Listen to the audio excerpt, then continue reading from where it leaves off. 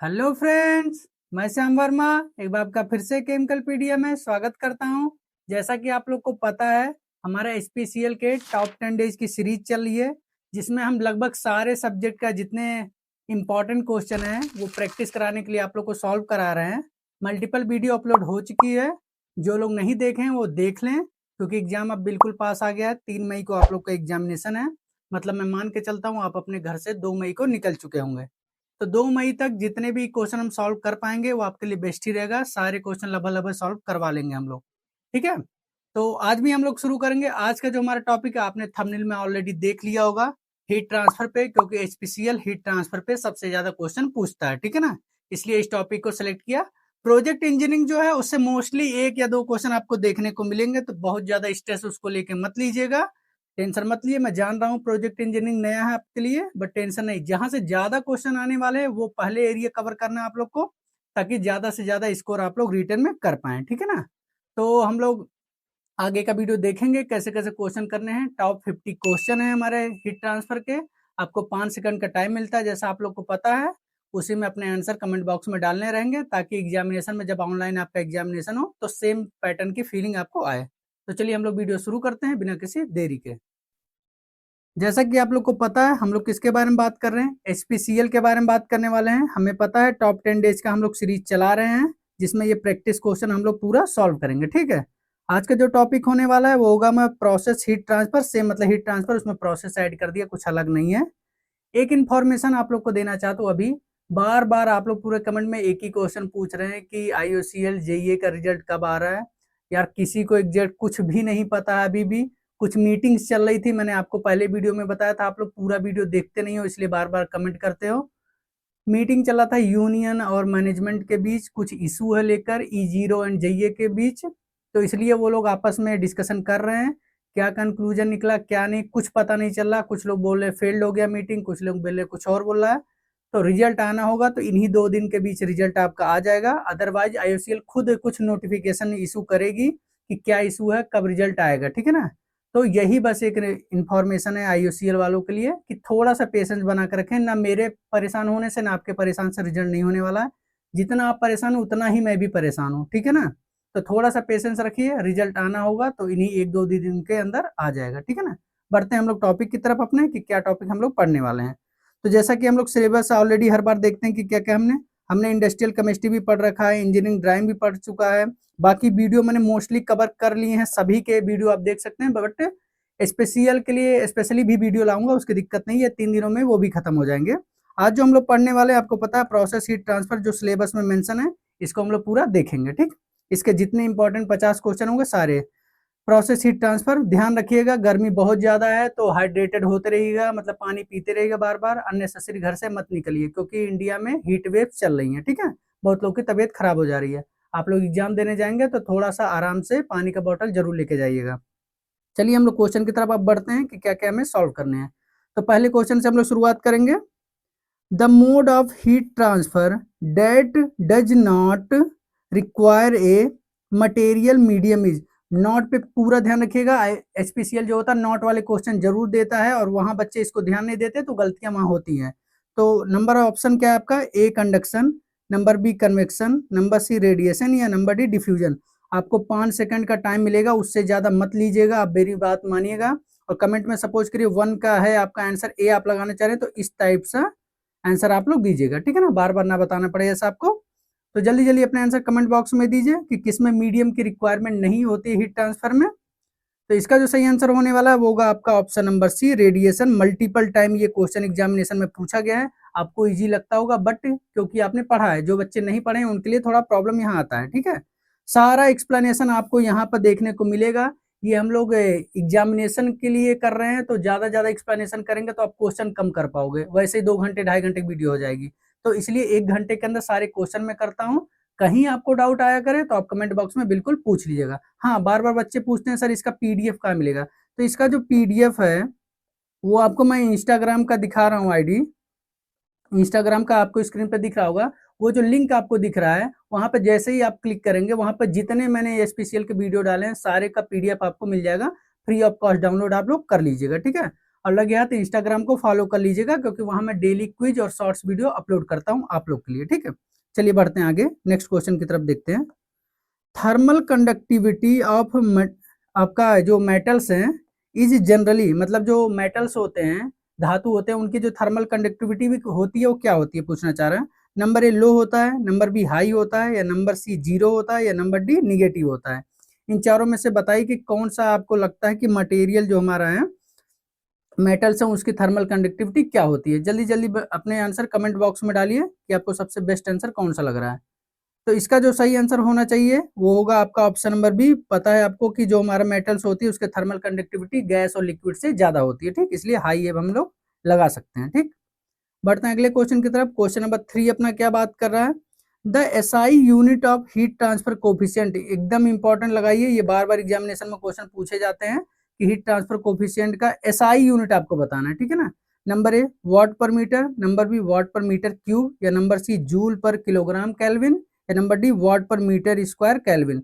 इन चारों में से आपको कौन सा बेस्ट आंसर लग रहा है वो आप लोग कमेंट बॉक्स में बताइए कि ये आंसर हमें सही लग रहा है। ठीक है ना, बार बार मैं आपको बताता हूँ कमेंट बिल्कुल किया करिए, क्योंकि आप अपने सीनियरों से बार बार पूछिए कि ये करने से क्या फायदा होता है। एग्जामिनेशन में आपके हाथ नहीं कांपेंगे, क्योंकि आप पहली टाइम जब एग्जामिनेशन में क्वेश्चन डायरेक्ट सॉल्व करने जाते हो ना तो कंफ्यूजन माइंड्स में बार बार आते हैं कि यही होगा या दूसरा होगा, यही होगा या दूसरा होगा। इसलिए जब यहाँ सॉल्व करके जाओगे क्वेश्चन देखते ही माइंड में क्लियरिटी रहेगी कि मैंने तो वहां सॉल्व किया था और ये सही भी था। तो इसलिए ऐसा करिए।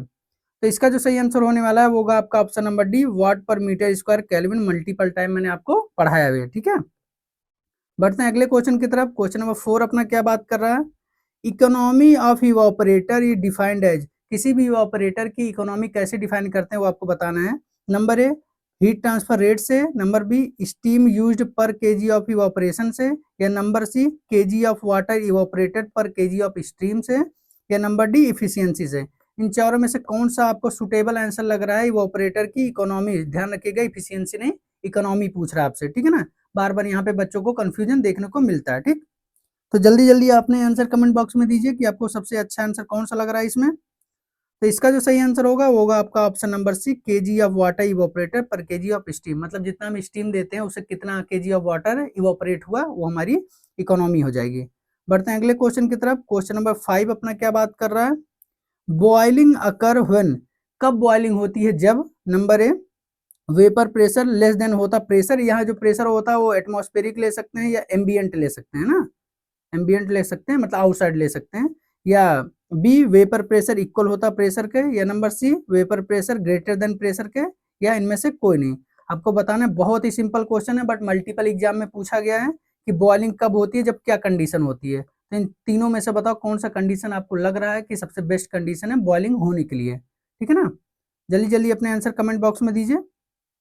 तो इसका जो सही आंसर होने वाला है वो होगा आपका ऑप्शन नंबर बी, जब वेपर प्रेशर जो एक्सटर्नल प्रेशर होता है उसके जब इक्वल हो जाता है तब हमारा बॉइलिंग स्टार्ट हो जाती है। ठीक है ना, बढ़ते हैं अपने अगले क्वेश्चन की तरफ। क्वेश्चन नंबर अपना 6 क्या बात कर रहा है, the effectiveness of heat exchanger is define as. ध्यान रखिएगा इफेक्टिवनेस पे बार बार क्वेश्चन एचपीसीएल में पूछे गए हैं तो उसके बारे में आपको बताना है। Number A ratio of actual heat transfer to maximum possible heat transfer, number B ratio of heat transfer area to volume, या number C ratio of outlet temperature difference to inlet temperature difference, या number D ratio of heat capacity rate.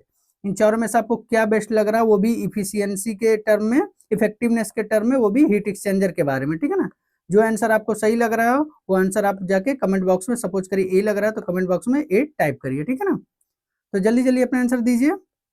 तो इसका जो सही answer होने वाला है वो होगा आपका option number A, ratio of actual heat transfer to maximum possible heat transfer. ठीक है, बढ़ते हैं अगले क्वेश्चन की तरफ। क्वेश्चन नंबर 7 अपना क्या बात कर रहा है, Newton's law of cooling is applicable to. बहुत ज्यादा इंपॉर्टेंट क्वेश्चन है, बहुत सिंपल क्वेश्चन है बट एग्जाम में बार बार पूछे जाते हैं बेसिक टर्म में। ठीक है ना, तो इसके जो ऑप्शन आपको दिए गए, number a conduction, number b radiation, number c convection, या नंबर डी डिफ्यूजन। मैं ऑप्शन इसी हिसाब से सेट करता हूं कि ताकि एग्जामिनेशन में जो गलतियां कराता है एग्जामिनर वही यहाँ आप करें। ठीक है ना, तो वो चाहता मैं तो कंडक्शन कन्वेक्शन रेडिएशन इसी टाइप से हम दे देते हैं और हमारी थिंकिंग में भी यही बनी रहती है। इसलिए बीच में मैंने रेडिएशन दे दिया कि आप कंफ्यूजन हो जाओ, उसी को टिक कर दो। ठीक है, तो जल्दी जल्दी अपने आंसर कमेंट बॉक्स में दीजिए कि कौन सा आपका ऑप्शन बेस्ट लग रहा है।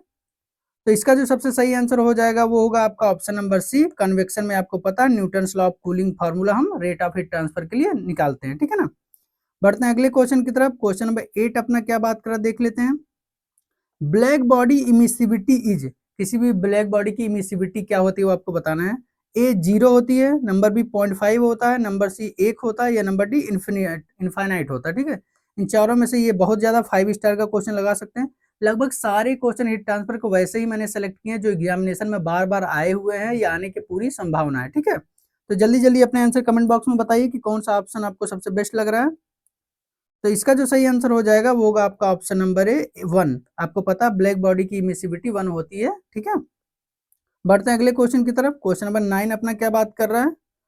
Which dimensionless number represent ratio of momentum diffusivity to thermal diffusivity. Simple सा पूछना चाह रहा है कि इन जो चारों नंबर है उनमें से किसका फार्मूला ये होता है कि momentum diffusivity divide by thermal diffusivity, ठीक है ना। और वो भी डायमेंशनलेस नंबर है, आपको पता है इसका कोई यूनिट नहीं होता है।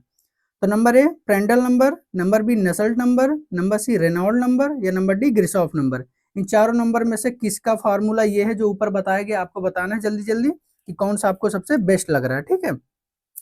तो जल्दी जल्दी अपने आंसर कमेंट बॉक्स में दीजिए कि क्या आपको बेस्ट लग रहा है।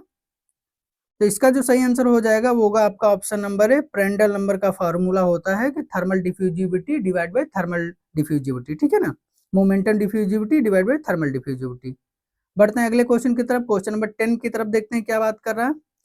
Critical thickness of insulation exist in, मतलब क्रिटिकल थिकनेस ऑफ इंसुलेशन किसके बारे में हम लोग बात करते हैं वो आपको बताना है। नंबर ए प्लेन वॉल के बारे में, नंबर बी स्फेयर ओनली, या नंबर सी सिलेंडर और स्फेयर के लिए, या नंबर डी क्यूब के लिए। इन चारों में से किसके लिए हम टर्म यूज करते हैं क्रिटिकल थिकनेस ऑफ इंसुलेशन, वो आपको बताना है कि किसके लिए। आपको हीट ट्रांसफर जब मैं पढ़ाता हूँ कंडक्शन तो वो उसके बारे में ये बात जरूर होती है, तो आपको बताना है।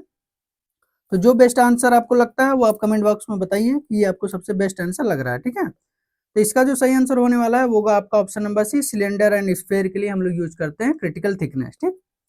बढ़ते हैं अगले क्वेश्चन की तरफ। और अगर आपको वीडियो पसंद आ रही हो तो लाइक जरूर कर दीजिएगा, और आपके सामने एक सब्सक्राइब का बटन दब रहा है उसे जरूर दबा दीजिएगा, ताकि जो भी मैं वीडियो अपलोड करता हूँ आपके रिगार्डिंग वो सबसे पहले आप लोग को मिला करे, ठीक है ना। बढ़ते हैं क्वेश्चन 11 की तरफ। क्या बात कर रहा है। In steady state heat conduction, steady state heat conduction के बारे में बात कर रहा है, क्या होता है। Number A temperature change with time, number B heat flow is constant, या number C heat flow is zero, या number D temperature is zero. इन चार में से कौन सा ऐसा कंडीशन है जब हम बोलेंगे स्टडी स्टेट हीट कंडक्शन हो रहा है, वो आपको बताना है। ऐसी कौन से कंडीशन में बोलेंगे कि स्टडी स्टेट कंडक्शन है, ठीक। जल्दी जल्दी अपने आंसर कमेंट बॉक्स में दीजिए कि कौन सा आपको बेस्ट लग रहा है, ठीक है। तो इसका जो सही आंसर होने वाला है वो होगा आपका option number B heat flow is constant, क्योंकि आपको पता है स्टडी स्टेट के बारे में बात करा कि टाइम के साथ वैल्यू चेंज ना हो, ठीक है ना। बढ़ते हैं अगले क्वेश्चन की तरफ। क्वेश्चन नंबर 12 अपना क्या बात कर रहा है। The main purpose of an evaporator is, किसी भी इवोपरेटर का मेन पर्पज क्या होता है वो आपसे पूछना चाह रहा है। नंबर ए कूलिंग करना, number b concentration of solution, number c filtration, या नंबर डी डिस्टिलेशन।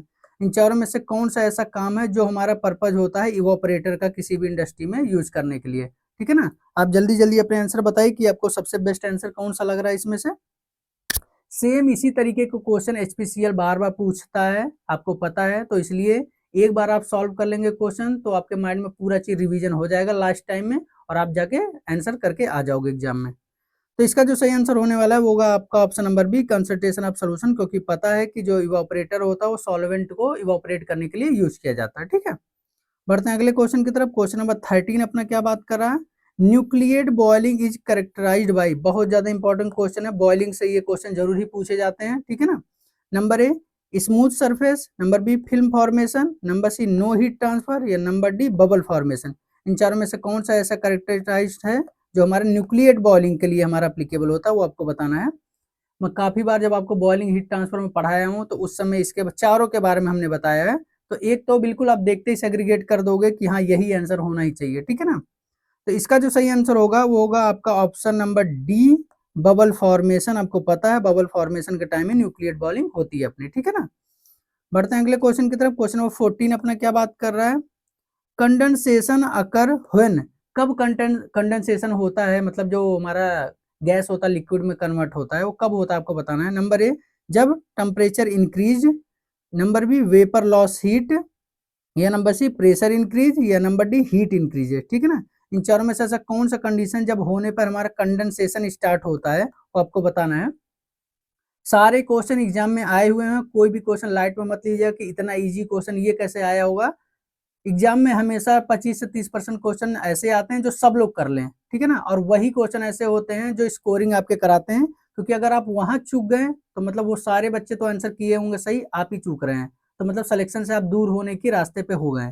तो जो बेसिक क्वेश्चन हो वो तो जरूर ही आपको करने हैं। ठीक, तो इसका जो सबसे सही आंसर हो जाएगा आपका, वो होगा आपका option number b, vapour lose heat. मतलब जब हमारा गैस होता है, जब उसमें हीट होती है वो लूज कर देता है तो वो लिक्विड में कन्वर्ट हो जाता है, कंडेंसेशन बोलते हैं उसको। ठीक, बढ़ते क्वेश्चन नंबर 15 की तरफ। 15 अपना क्या बात कर रहा है, in a counter flow heat exchanger the temperature difference between fluid. जब हम काउंटर फ्लो हीट ट्रांसफर की बात करते हैं हीट एक्सचेंजर में, तो उसमें टेम्परेचर डिफरेंस फ्लूइड के बीच में क्या रहता है वो आपको बताना है। रिमेन कांस्टेंट, हमेशा सेम रहता है। Is maximum at one end and minimum at one other end, या number C is uniform throughout, पूरे में यूनिफॉर्म रहता है, या number D may change direction along length. ठीक है ना, इन चारों में से आपको कौन सा बेस्ट लग रहा है, ये भी काफी टाइम एग्जाम में पूछा गया, आपको पता है हीट एक्सचेंजर में मोस्टली फ्लो से जरूर क्वेश्चन पूछे जाते हैं, तो यहाँ से भी चांसेस बनते हैं। ठीक है ना, तो जल्दी जल्दी अपने आंसर जो लगता है कि बेस्ट आंसर आपको लग रहा है वो आंसर आप कमेंट बॉक्स में दीजिए। तो इसका जो सही आंसर हो जाएगा वो होगा आपका option number b, is maximum and one end या मिनिमम एट वन एंड, मतलब एक एंड पे मैक्सिमम होता है, एक एंड पे मिनिमम होता है। ठीक है ना, बढ़ते हैं अगले क्वेश्चन की तरफ। क्वेश्चन नंबर 16 अपना क्या बात कर रहा है, log mean temperature difference LMTD used in. आपको पता है एलएमटीडी से ज्यादा इंपॉर्टेंट हीट एक्सचेंजर में कुछ नहीं है, तो क्वेश्चन बनने के पूरे चांस हैं। तो एलएमटीडी का यूज बताइए कहाँ होता है। Number a boiler, number B heat exchanger, number c compressor, या नंबर डी पंप। इन चारों में से कहाँ पर हमारा एलएमटीडी यूज होता है वो आपको बताना है, उसका यूज। ठीक, जल्दी जल्दी अपने आंसर कमेंट बॉक्स में दीजिए, आपको कौन सा बेस्ट लग रहा है। तो इसका जो सही आंसर होगा वो आपका वो होगा option number B, heat exchanger. मैंने आपको पहले ही बता दिया था कि हीट एक्सचेंजर में ही एलएमटीडी हमारा यूज किया जाता है। बढ़ते हैं अगले क्वेश्चन की तरफ। क्वेश्चन नंबर 17 अपना क्या बात करा देख लेते हैं। Stephen Boltzmann constant unities. आपको पता है बहुत बार यूनिट से क्वेश्चन पूछते हैं, एक क्वेश्चन तो आपको यूनिट से देखने को मिलेंगे, चाहे वो कंडक्शन से हो, चाहे कन्वेक्शन हो, चाहे रेडिएशन से हो। कंडक्शन में पूछेगा तो के की थर्मल कंडक्टिविटी पूछ सकता है, उसके बाद कन्वेक्शन से पूछेगा तो हमारा किसका पूछ सकता है, हीट ट्रांसफर कोफिशिएंट का पूछ सकता है, चाहे यू का पूछ सकता है। ठीक है ना, और यहाँ पर स्टीफन बोल्ट्जमैन कांस्टेंट का पूछ सकता है। तो तीनों में से एक यूनिट तो आपको देखने को मिलेगी ही मिलेगी, तो यहाँ पूछ रहा है स्टीफन बोल्ट्जमैन कांस्टेंट। तो नंबर ए वाट पर मीटर स्क्वायर केल्विन की पावर 4, नंबर बी जूल पर केजी, नंबर सी वाट पर मीटर, या नंबर डी केजी पर मीटर क्यूब। इन चारों में से कौन सा बताना है, आपको बताना कि बेस्ट आंसर कौन है। अगर आप फार्मूला भी जानते हैं तो बिना निकाले ही आप समझ जाएंगे कौन सा बेस्ट आंसर आपके हिसाब से होना चाहिए। मैं बेस्ट आंसर इसलिए बोलता हूँ, कभी भी एग्जामिनेशन में दो आंसर सही होते हैं, बट एक्चुअल में हमें जो क्वेश्चन डिमांड कर रहा है उसके हिसाब से सुटेबल आंसर बताना होता है, इसलिए मैं बार बार बेस्ट आंसर बोलता हूँ, ना कि सिर्फ आंसर। ठीक है, तो इसका जो सही आंसर हो जाएगा वो होगा आपका ऑप्शन नंबर ए, वाट पर मीटर स्क्वायर केल्विन की पावर 4। ठीक है ना, बढ़ते हैं अगले क्वेश्चन की तरफ। क्वेश्चन नंबर 18 क्या बात कर रहा है, जो लोग लास्ट वीडियो में बन के पूरा वीडियो देख लेते हैं, पेशेंस से सारे क्वेश्चन रिवाइज कर लेते हैं, वो एग्जामिनेशन में परेशान नहीं होते और उन्हीं लोग का सिलेक्शन फाइनली होता है। जो दो चार क्वेश्चन देख के वो मैं तो कर लूंगा एग्जाम में जाके वहीं डायरेक्ट कर लूंगा, ऐसा कुछ नहीं होता। बोलते हैं प्रैक्टिस विल मैन परफेक्ट। ठीक है ना, जो प्रैक्टिस अच्छे गाइडेंस में करता है वही परफेक्ट आगे चल के बनता है। ठीक, बढ़ते हैं 80 नंबर क्वेश्चन की तरफ। The effectiveness of heat exchanger is. किसी भी हीट एक्सचेंजर की इफेक्टिवनेस क्या होती है वो आपको बताना है। Always greater than one, always less than one, always equal to one, या नंबर डी निगेटिव। इन चारों में से कौन सा बताना है, वो भी क्या इफेक्टिवनेस बताना है हीट एक्सचेंजर की कितनी होती है। तो जल्दी जल्दी अपने आंसर कमेंट बॉक्स में दीजिए कि आपके हिसाब से सबसे सुटेबल आंसर आपको कौन सा लग रहा है। ठीक है, तो इसका जो सही आंसर हो जाएगा वो होगा आपका option number B, always greater less than one, क्योंकि पता है कि या तो वन कभी कभी हो सकता है बट 100% कोई एक्यूरेसी नहीं अचीव कर पाता, और ग्रेटर देन की तो चांस ही नहीं बनती है, तो हमारा B number less than one हमारा करेक्ट आंसर हो जाएगा। ठीक, बढ़ते हैं अगले क्वेश्चन की तरफ। क्वेश्चन नंबर 19 अपना क्या बात कर रहा है, radiation heat transfer depend on. कि जो हमारा रेडिएशन हीट ट्रांसफर होता है वो किस पे डिपेंड करता है वो आपको बताना है। नंबर ए टेम्परेचर डिफरेंस पे, नंबर बी हमारा वेलोसिटी पे, नंबर सी प्रेशर पे, या नंबर डी टेम्परेचर की पावर 4 पे।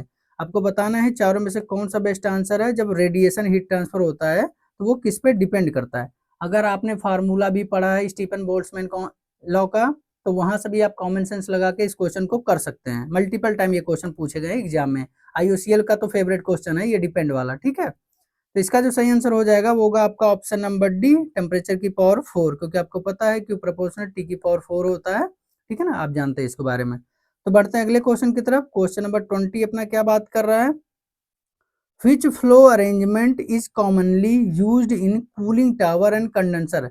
कूलिंग टावर और कंडेंसर में कौन से टाइप का फ्लो अरेंजमेंट हम लोग यूज करते हैं वो आपको बताना है। Number A parallel flow, number B counter flow, number C cross flow, या नंबर डी लेमिनार फ्लो। इन चारों फ्लो में से कौन सा बेस्ट आपको लगता है कि वो हमारा कूलिंग टावर और कंडेंसर में यूज होता है, वो आपको बताना है। जल्दी जल्दी आप बताइए, 5 सेकंड से टाइम मत लीजिए ज्यादा, वो आपके लिए चीटिंग होगी, हमारे लिए चीटिंग नहीं होगी। एग्जाम में आप ही लोग को लॉस होगा, क्योंकि वहां आपके पास मेंटली प्रेशर रहता है, आता हुआ क्वेश्चन मार्क गलत करने के चांसेस ज्यादा होते हैं। तो आप लोग जब प्रैक्टिस किए रहोगे सेम आंसर देने का उतने कम टाइम में, तो वहां भी आराम से नेचुरली आप कर पाओगे, ठीक। तो इसका जो सही आंसर हो जाएगा वो होगा आपका option number C, cross flow. आपको पता है एक टाइप से गैस आएगा, दूसरे टाइप से हम लिक्विड देंगे, या दूसरे टाइप से लिक्विड आएगा, एक टाइप से हम गैस देंगे, इस टाइप से हम क्रॉस फ्लो बोलते हैं। बढ़ते हैं अगले क्वेश्चन की तरफ। क्वेश्चन नंबर 21 अपना क्या बात कर रहा है, which material has highest thermal conductivity. Thermal conductivity आपको पता है, हमारा जो कंडक्शन होता है उसका इंपॉर्टेंट टॉपिक है, तो वहां से एक क्वेश्चन देखने को मिल सकते हैं। नंबर ए किसकी कंडक्टिविटी सबसे ज्यादा होती है आपको बताना है। नंबर ए वुड का, नंबर सी कॉपर का, या नंबर सी वाटर का, या नंबर डी एयर का है।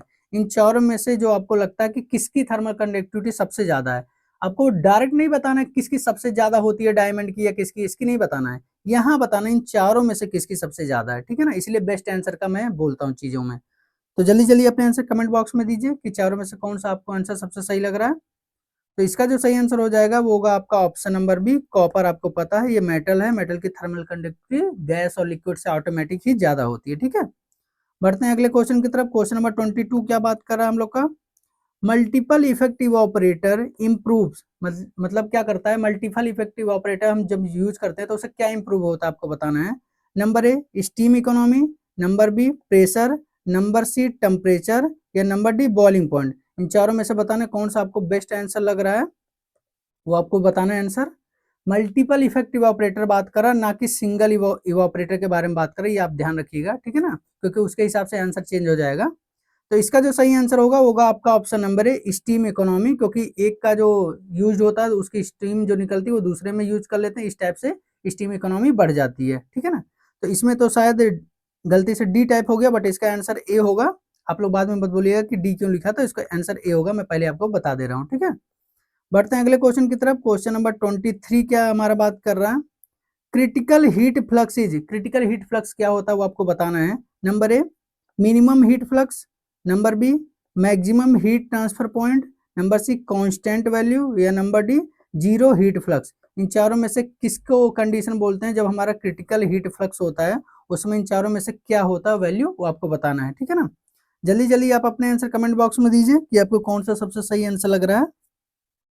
तो इसका जो सही आंसर हो जाएगा वो होगा आपका option number B, maximum heat transfer point. मतलब इसी पॉइंट पे हमारा होता है जो मैक्सिमम हीट ट्रांसफर होता है, ठीक है ना।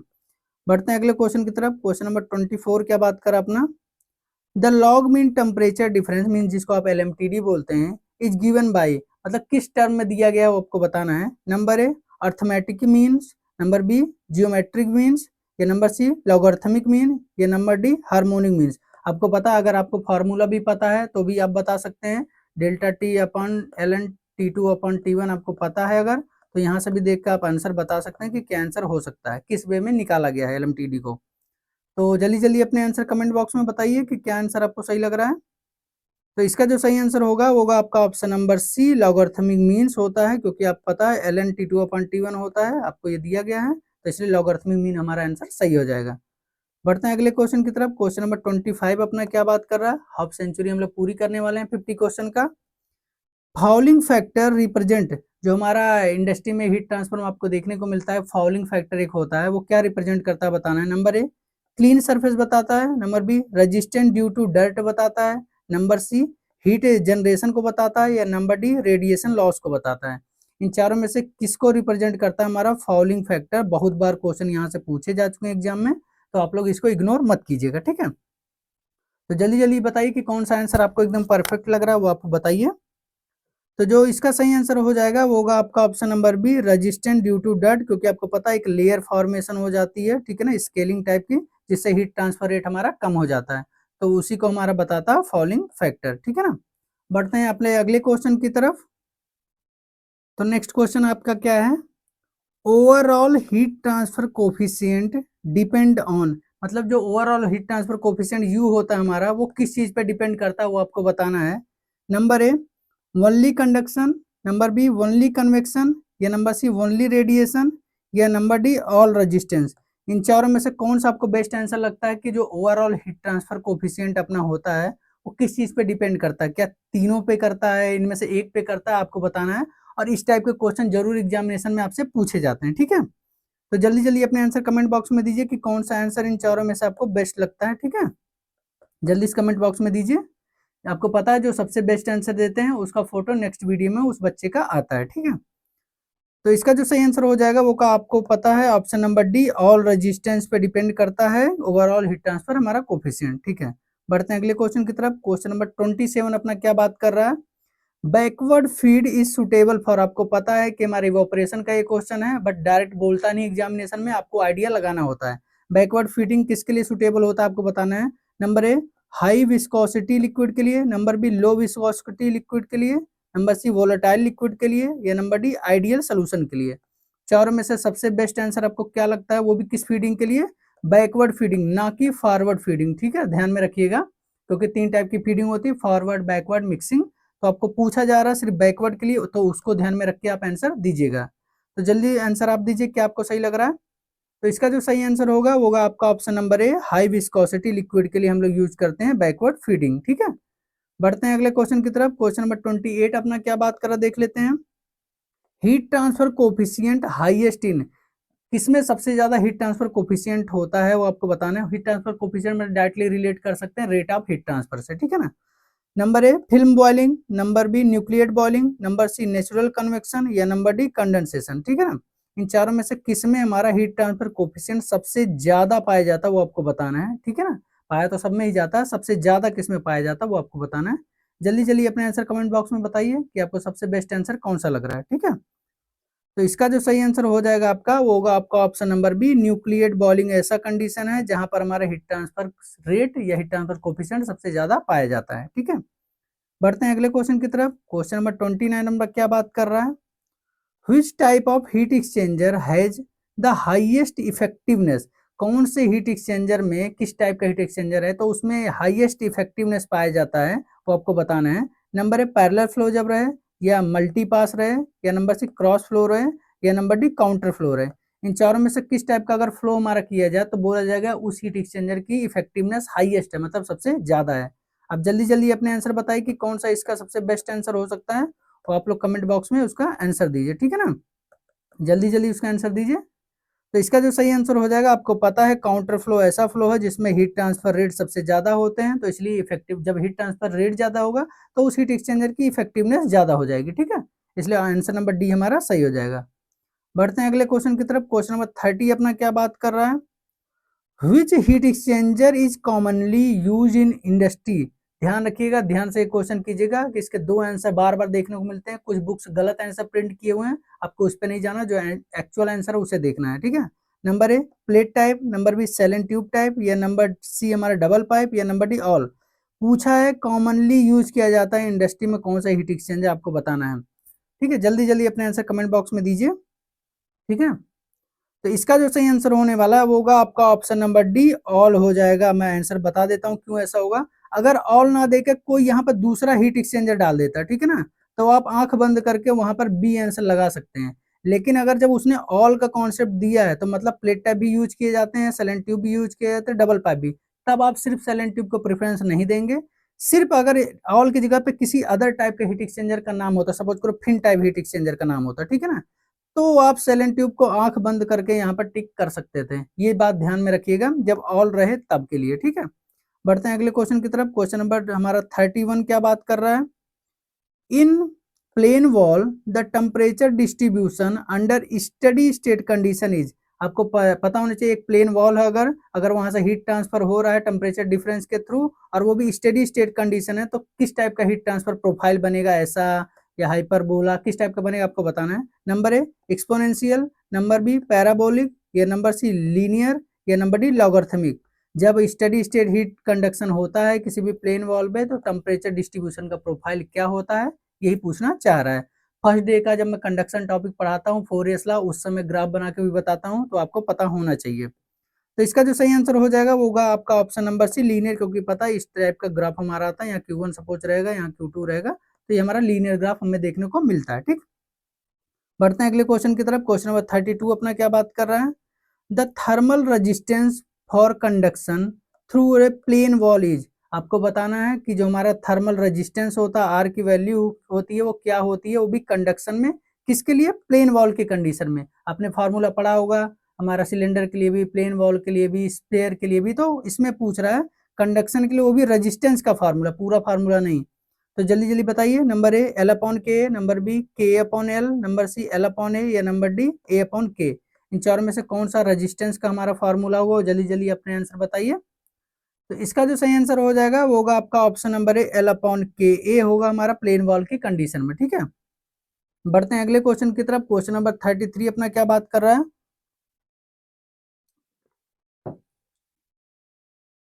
Film time evaporator are used for. जो हमारे इवापोरेटर में फिल्म टाइम इवापोरेटर है उसका यूज क्या होता है वो बताना है, किसके लिए, हमारी विस्कोसिटी लिक्विड के लिए, number B high sensitive material के लिए या हीट सेंसिटिव मटेरियल के लिए, या नंबर सी स्लरी के लिए, या नंबर डी सस्पेंशन के लिए। इन चारों में से किसके लिए हम यूज करते हैं फिल्म टाइप इवापोरेटर, आपको बताना है, क्योंकि आपको पता है बहुत सारे इवापोरेटर और फिल्म टाइप, ड्रॉप टाइप, बहुत सारे इवापोरेटर होते हैं।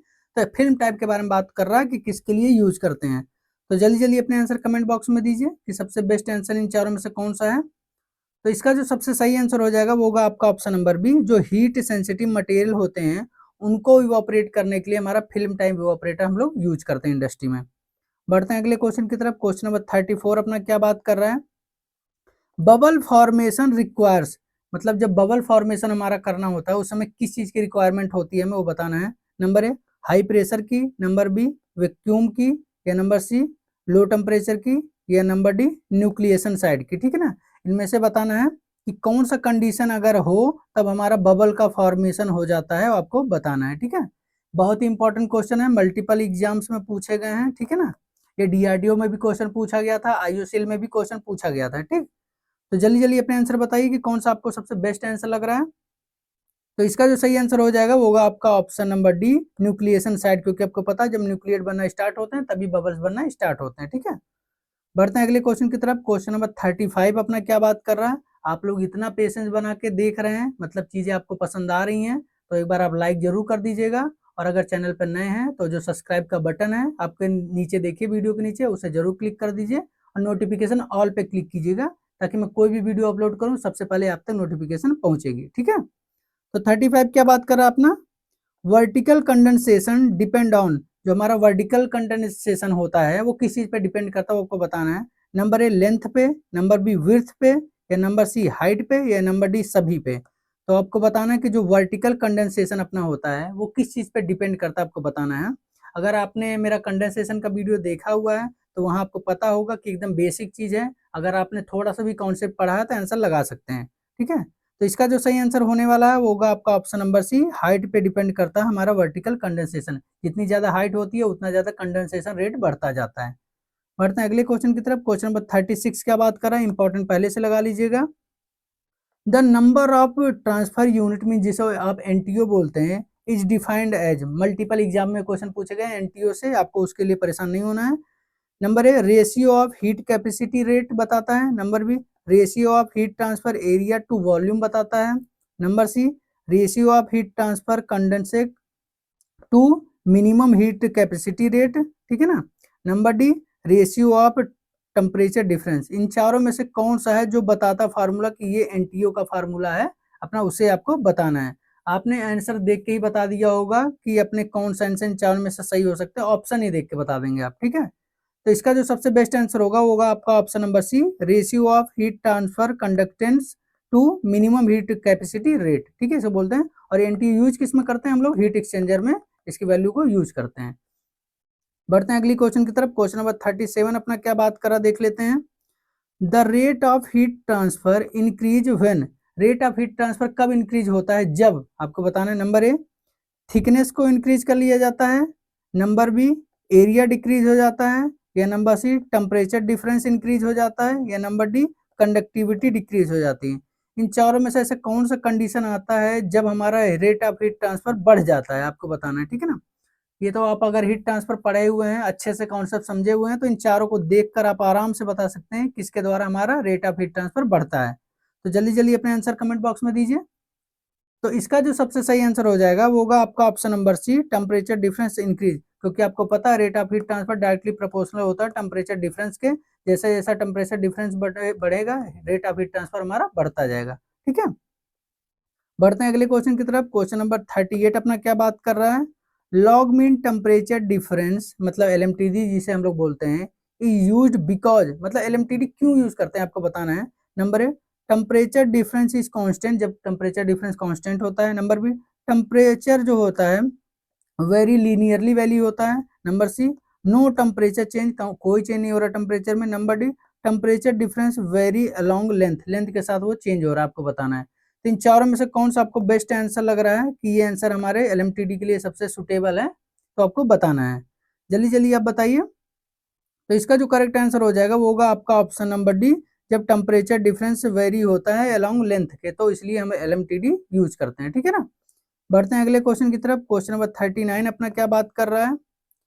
If insulation thickness increase beyond critical thickness, आपको ध्यान रखना है बियॉन्ड क्रिटिकल थिकनेस, वो भी सिलेंडर में बात कर रहा है, उस समय हीट लॉस क्या होगा?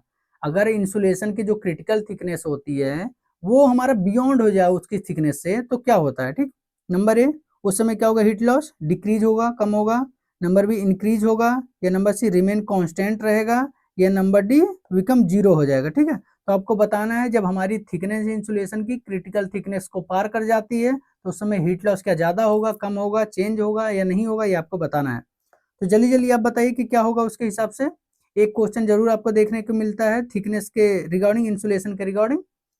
तो इसका जो सही आंसर हो जाएगा वो होगा आपका ऑप्शन नंबर डिक्रीज, क्योंकि आपको पता है जैसे जैसे थिकनेस बढ़ती जाएगी, क्रिटिकल थिकनेस मीन्स यहाँ से कम करने पे हीट लॉस ज्यादा होता है, यहाँ से बढ़ा के करने से हीट लॉस कम होने लगता है। तो यहाँ से ऑप्शन नंबर ए आपका कंप्लीट सही हो जाएगा।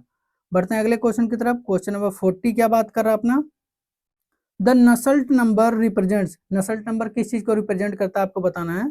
Ratio of convection to conduction, number B, ratio of inertia to viscosity, number C, ratio of pressure to force, या नंबर डी, हीट कैपेसिटी।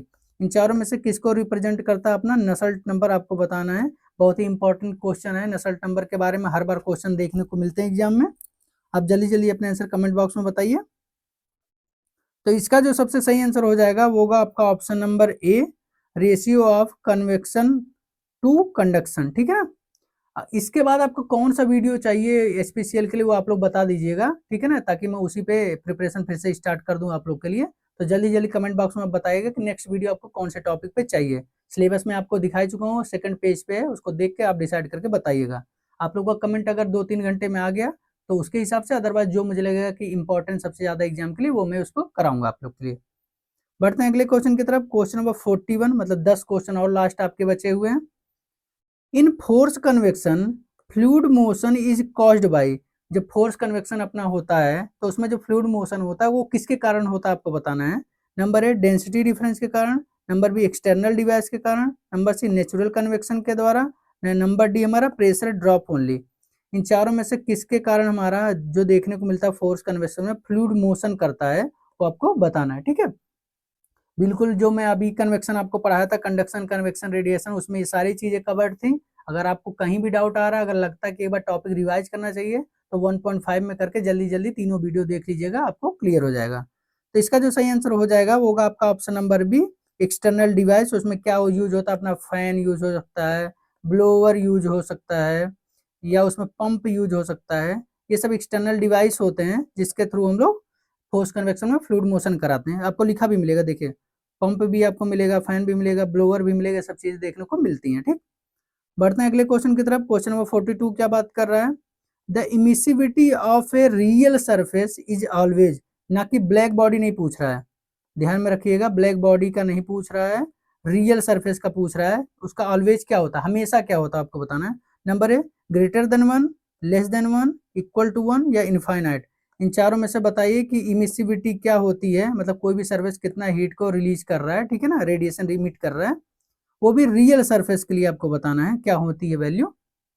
दो में कंफ्यूजन किया जाता है, यहीं पे आपको ब्लैक बॉडी दे देगा, ठीक है ना, और रियल बॉडी, बच्चे इसी में कंफ्यूज हो जाते हैं, तो आपको नहीं होना है। इसका जो करंट आंसर हो जाएगा वो होगा आपका option number B, less than 1 होता है। अगर ब्लैक बॉडी के लिए पूछता तो इक्वल टू 1 हो जाता आपका, ठीक है। बढ़ते हैं अगले क्वेश्चन की तरफ। क्वेश्चन नंबर 43 आपका क्या बात कर रहा है? Radiation heat transfer between two surface depend on, जो रेडिएशन हीट ट्रांसफर होता है बिटवीन टू सरफेस, सपोज करो 1 है ये 2 है, इनके बीच जो रेडिएशन हीट ट्रांसफर होता है वो किस पे डिपेंड करता है आपको बताना है। Number A distance only, number B density पे, या नंबर सी प्रेशर पे, या नंबर डी व्यू फैक्टर पे। इन चारों में से किस पे डिपेंड करता है हमारा रेडिएशन हीट ट्रांसफर? दो प्लेटों के बीच में बात कर रहा है, ठीक है ना, दो सरफेस के बीच। तो इसका जो सही आंसर हो जाएगा, जल्दी जल्दी बताइए आप। इसका जो करेक्ट आंसर होगा आपका option number D, view factor पे वो डिपेंड करता है, ठीक है ना। सारे एक्सप्लेनेशन आपको पूरे के पूरे मिल जाएंगे, व्यू फैक्टर क्या है, किस चीज पे डिपेंड करता है। एक्सप्लेनेशन जानबूझ के मैं यहाँ नहीं कर रहा हूँ, क्योंकि करने से वीडियो बहुत लेंथ हो जाएगी, और एग्जामिनेशन में आपके पास इतना टाइम अभी नहीं है कि आप पूरा लेंथ की 2-2 घंटे की वीडियो देखोगे। आप क्वेश्चन करो, सॉल्व करो, आप लोग ऑलरेडी पढ़े हुए चीजें, ठीक है ना, बस एक रिवाइजन के बेस पे इसको पढ़ो। ठीक, बढ़ते हैं अगले क्वेश्चन की तरफ। क्वेश्चन नंबर 44 अपना क्या बात कर रहा है? Heat exchanger effectiveness increases with, जो हमारा हीट एक्सचेंजर की इफेक्टिवनेस होती है वो इंक्रीज होती है विथ किसके साथ? डिक्रीजिंग एरिया के साथ, या इंक्रीजिंग एरिया के साथ, या डिक्रीजिंग फ्लो रेट के साथ, या इंक्रीजिंग फॉलिंग के साथ। आपको बताना है हीट एक्सचेंजर की इफेक्टिवनेस इंक्रीज होती है किसके साथ, ठीक है। इन चारों में से बताइए कौन सा आपको बेस्ट आंसर लग रहा है कि उसके साथ हमारा हीट एक्सचेंजर की इफेक्टिवनेस बढ़ती है। तो आपको पता है कि ऑप्शन नंबर बी हो जाएगा, क्योंकि आपको पता है जैसे जैसे एरिया बढ़ती है रेट ऑफ हीट ट्रांसफर हमारा बढ़ जाता है, और रेट ऑफ हीट ट्रांसफर बढ़ने से इफिशियंसी हमारी या इफेक्टिवनेस हमारी बढ़ जाती है हीट एक्सचेंजर की। तो इसका करेक्ट आंसर हमारा बी हो जाएगा। बढ़ते हैं अगले क्वेश्चन की तरफ। क्वेश्चन नंबर 45, लास्ट के 5 क्वेश्चन आपके और बचे हुए हैं, बस पेशेंस थोड़ा और बनाना है आपको, बस 5 minute. Thermal conductivity depend on, किसी भी मटेरियल की जो थर्मल कंडक्टिविटी होती है वो किस चीज पे डिपेंड करती है आपको बताना है। नंबर ए मटेरियल पे, नंबर बी टेम्परेचर पे, या नंबर सी स्ट्रक्चर पे, या नंबर डी ऑल इन तीनों पे।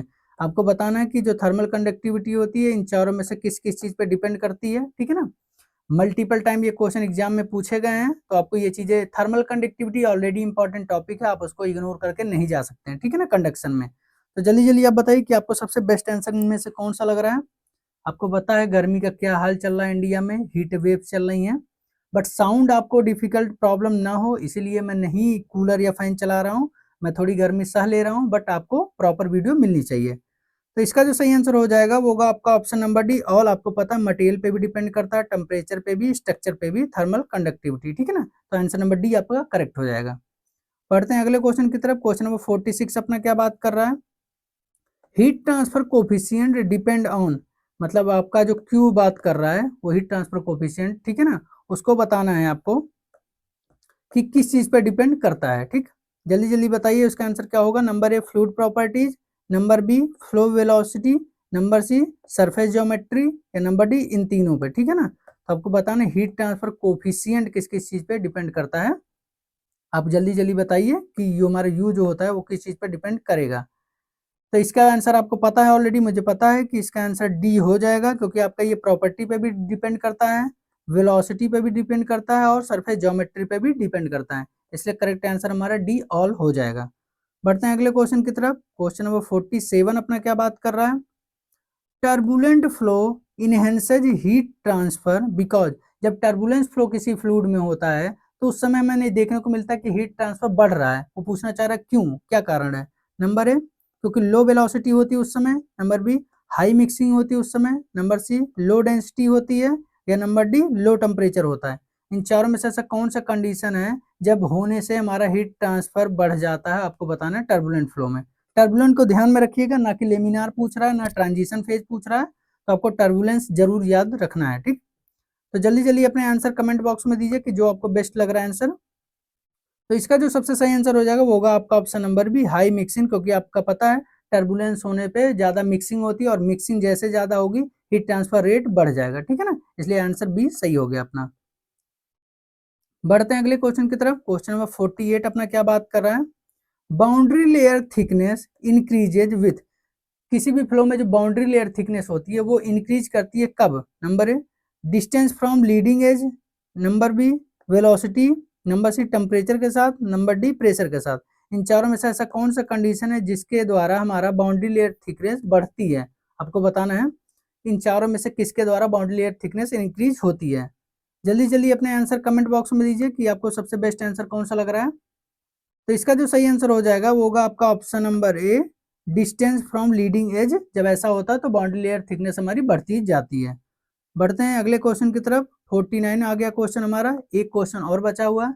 जो इतना पेशेंस बना के आंसर कर ले जाते हैं, गारंटी के साथ मुझसे लिखवा लीजिए कि 100% वो सिलेक्शन लेके ही जाते हैं। हाँ, हो सकता है आज नहीं तो कल, लेकिन उनका सिलेक्शन होना तय ही तय है। ठीक है ना, तो 49 क्या बात कर रहा है, Prandtl number is high for, Prandtl number किसके लिए हाई होता है आपको बताना है। नंबर ए गैसेज के लिए, नंबर बी वैक्यूम के लिए, नंबर सी मेटल्स के लिए, या नंबर डी लिक्विड्स के लिए जैसे ऑयल के लिए। ठीक है ना, इन चारों में से किसके लिए हमारा जो प्रेंडल नंबर होता है, जो बहुत इंपॉर्टेंट नंबर है, वो हाईएस्ट होता है, मतलब हाई होता है, आपको बताना है।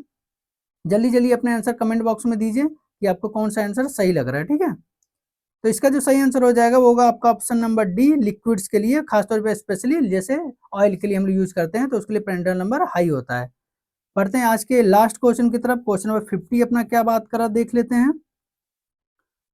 Heat exchanger with phase change is, मतलब किसी भी हीट एक्सचेंजर में जब फेज चेंज होता है तो क्या होता है उसमें बताना है। नंबर ए कंडेंसर, कंडेंसर की तरह काम करता है, नंबर बी इवापोरेटर की तरह काम करता है, नंबर सी दोनों की तरह काम करता है, इनमें से किसी तरीके से काम नहीं करता। आपको बताना है जब हीट एक्सचेंजर में फेज चेंज होता है तो वो किस तरह से काम करता है, हमें बताना है। जल्दी जल्दी अपने आंसर कमेंट बॉक्स में दीजिए कि जो आपको सबसे ज्यादा सुटेबल आंसर लगता है वो आंसर में दीजिए। ठीक है ना, तो इसका जो सही आंसर हो जाएगा वो होगा आपका ऑप्शन नंबर सी, बोथ, क्योंकि जब कंडेंसर कंडेंसर की तरह कब काम करता है, जब हमारा जो वेपर्स होती है उसको जब लिक्विड में कन्वर्ट कर देता है, या जो हमारा इवापोरेटर कब करता है, जब हमारा लिक्विड होती है उसको वेपर के फॉर्म में कन्वर्ट कर देता है। तो ये दोनों की तरह हमारा हीट एक्सचेंजर काम करता है। ठीक है, तो इसलिए ऑप्शन नंबर सी हो जाएगा। यहाँ कंडेंसर जब वेपर को लिक्विड में, इवापोरेटर को लिक्विड को वेपर में कन्वर्ट कर देता है तो इससे होता है। तो आज के लिए इतना ही क्वेश्चन था। Thank you very much. एक आप नमस्कार आप लोग के लिए कि आप लोग इतना पेशेंस बना के सारी चीज़ें देखे हैं। अगर आप चैनल पर नए हैं तो जरूर सब्सक्राइब कर लीजिएगा वीडियो को, चैनल को, और वीडियो पसंद आई हो तो लाइक कर दीजिएगा। अपने दोस्तों में शेयर जरूर करके जाइएगा, स्वार्थी नहीं बनना है। एक ही वैकेंसी आपको चाहिए, बाकी दोस्तों में जरूर सोचिए कि उनका भी सिलेक्शन साथ में हो आपके ही साथ में। ठीक है ना, तो कोई भी डाउट अगर आपको नजर आ रहा हो तो आप बिल्कुल कमेंट बॉक्स में आइए और पूछिए, किसी से डरना नहीं है कि इतना सिली क्वेश्चन, इतना छोटे छोटे क्वेश्चन क्यों पूछ रहे हो। आप बिल्कुल, मुझे जब फर्क नहीं पड़ता तो किसी दूसरे से डरने की जरूरत आपको नहीं है। IOCL JEE वालों को मैं पहले ही बता चुका हूँ, जो भी डिसीजन आएगा सबसे पहले मैं आपको इन्फॉर्म जरूर करूंगा, तो आप लोग टेंशन मत लीजिए। जितना परेशान आप है उतना ही परेशान मैं भी हूँ। ठीक है ना, तो जो भी इन्फॉर्मेशन होगी आपको बता दिया जाएगा। मिलते हैं नेक्स्ट वीडियो में। Thank you.